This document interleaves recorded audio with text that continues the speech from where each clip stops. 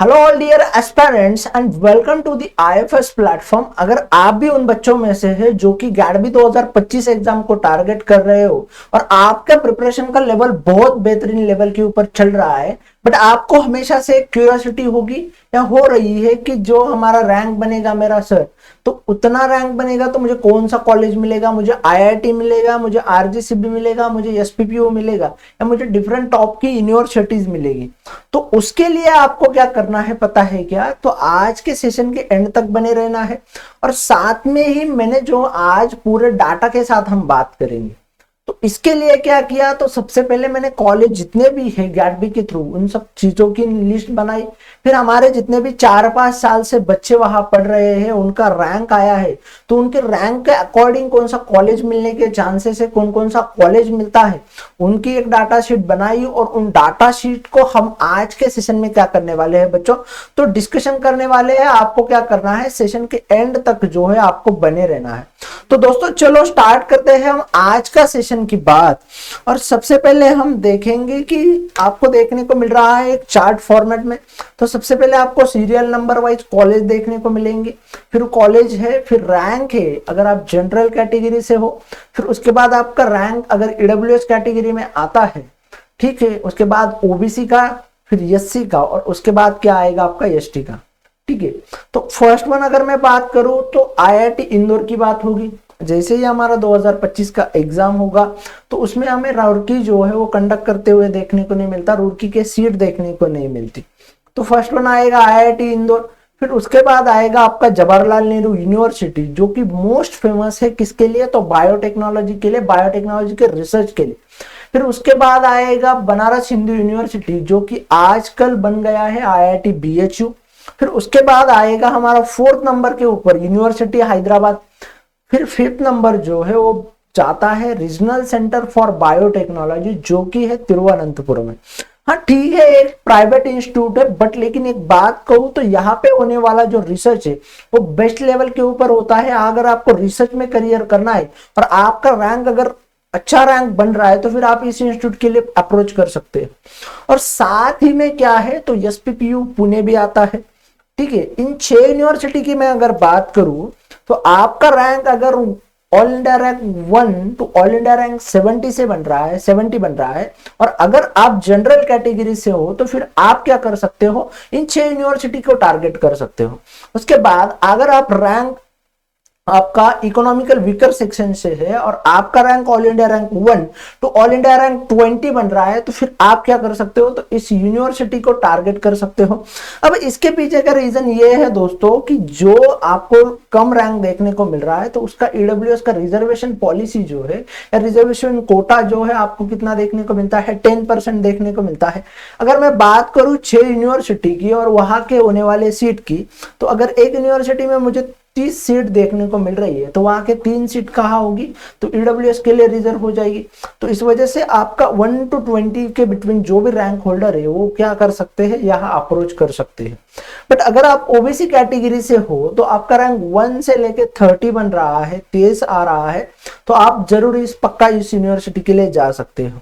But अगर आप SC category से हो और आपका रैंक 1 to 50 के बिटवीन बन रहा है तो फिर आप इस यूनिवर्सिटी को टारगेट कर सकते हो। उसके साथ साथ अगर आपका रैंक एसटी है और कैटेगरी एसटी और रैंक जो है वो सेम एससी की तरह बन रहा है तो फिर आपके लिए भी क्या होने वाला है, ये इंस्टीट्यूट के लिए आप अप्रोच कर सकते हो। और उसके अलावा एक बात करूं तो जैसे यूनिवर्सिटी हैदराबाद है या यूनिवर्सिटी ऑफ पुणे है, तो ये दो प्रोग्राम कंडक्ट करवाती है। जैसे बायो इन्फॉर्मेटिक्स का भी प्रोग्राम कंडक्ट करवाएगी और साथ में बायोटेक्नोलॉजी का भी प्रोग्राम कंडक्ट करवाएगी। वैसे ही जेएनयू जो है, जेएनयू भी आपका 2 प्रोग्राम कंडक्ट करवाएगा। यूनिवर्सिटी हैदराबाद जो है वो भी 2 प्रोग्राम कंडक्ट करवाता है। इस वजह से जो है हमें डाइवर्सिटी देखने को मिलेगी हमारे रैंक में। बट एक चीज और भी ये होती है दोस्तों कि एक रैंक के ऊपर हमें 2 या 3 बच्चे भी कभी कभार देखने को मिलते हैं। इस वजह से जो है रैंक में डाइवर्सिफिकेशन कम देखने को मिल रही है। ठीक है, आगे बढ़ते हैं और आगे बात करते हैं और 6 और 7 यूनिवर्सिटी की। सो नेक्स्ट वन जो है वो है महाराजा सयाजीराव यूनिवर्सिटी। उसके बाद है मदुराई कामराज यूनिवर्सिटी। उसके बाद है आपकी उत्कल यूनिवर्सिटी। उसके बाद है हिमाचल प्रदेश यूनिवर्सिटी। उसके बाद है सेंट्रल यूनिवर्सिटी ऑफ राजस्थान। उसके बाद है सेंट्रल यूनिवर्सिटी ऑफ जम्मू और विश्व भारती यूनिवर्सिटी जो है, ये आप सेकंड रैंक के ऊपर ले सकते हो, 8 से 14 की यूनिवर्सिटी बता सकते हो।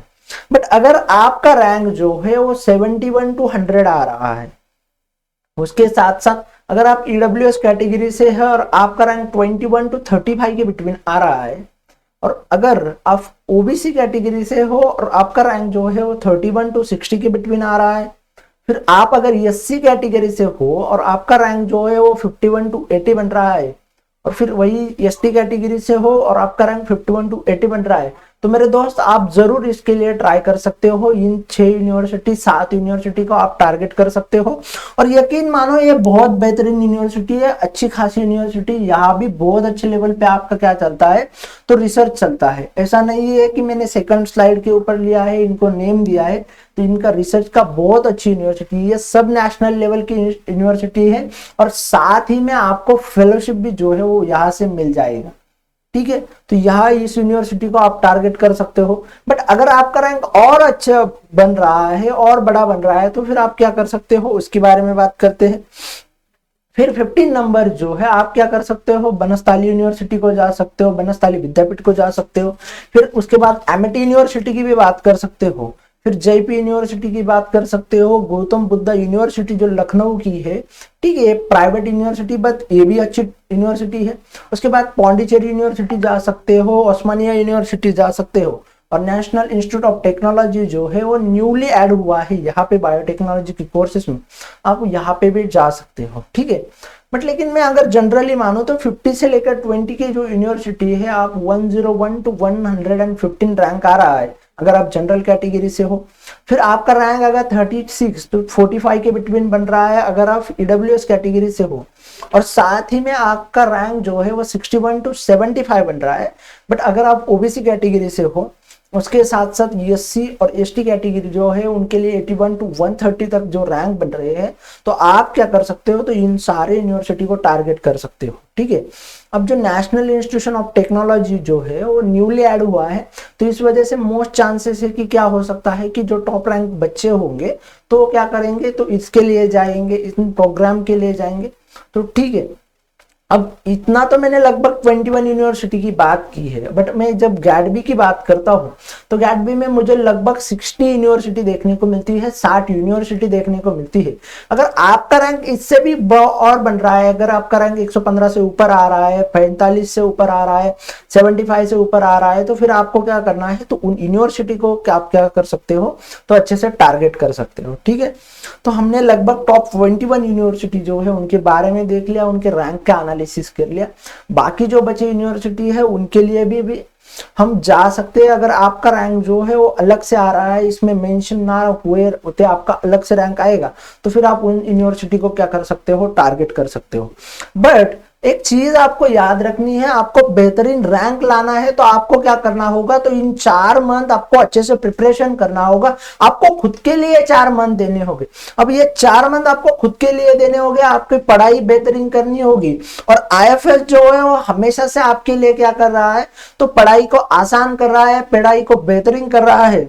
और उसी के ऊपर अगर मैं बात करूं तो जो बच्चे हैं हमारे जो कि गैडबी 2025 को टारगेट कर रहे हैं, और क्या कर सकते हैं, तो recorded course and test series जो है उनको बिल्कुल मिल रहा है फ्लैट 30% ऑफ के साथ। आपको क्या कराना है, सिंपली जाना है वेबसाइट के ऊपर, आपको लॉग इन करना है, और कोर्स वाले सेक्शन में ये सारी चीजें जो है आपको मिल जाएगी। उसके साथ साथ कैसे इनरोल होना है इसके बारे में जो वीडियो है आपको डिस्क्रिप्शन में इसका लिंक भी मिल जाएगा। बट अगर आप सेकंड ईयर में हो या फिर आप फर्स्ट ईयर में हो, तो आपको सिंपली क्या करना है, तो आप अगले साल 2026 के लिए अब से प्रिपरेशन स्टार्ट कर सकते हो। और यकीन मानो मेरे दोस्तों, यही सही टाइम है पढ़ाई करने का। जब पानी हमारे नाक तक आ जाता है तो सांस लेना हमें मुश्किल हो जाता है।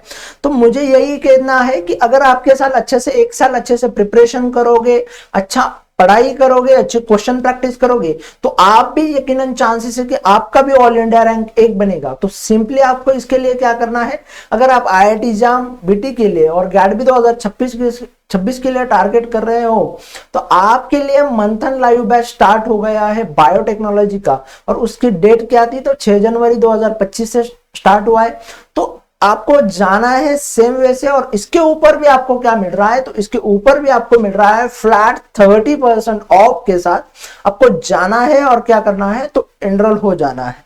उसी के साथ साथ बच्चों आपको जो है वो बहुत सारी चीजें जो है वो फ्री ऑफ कॉस्ट मिल रही है। आईएफएस जो है वो हमेशा से पढ़ाई में हेल्प करता है, तो आईएफएस के ऐप के ऊपर आपको क्या मिल रही है, पूरे साल जितने भी साल के पीवाईक्यू है वो आपको मिल रहे हैं। उसके साथ साथ वो पीवाईक्यू जो है आपको मिल रहे हैं टेस्ट के फॉर्मेट में।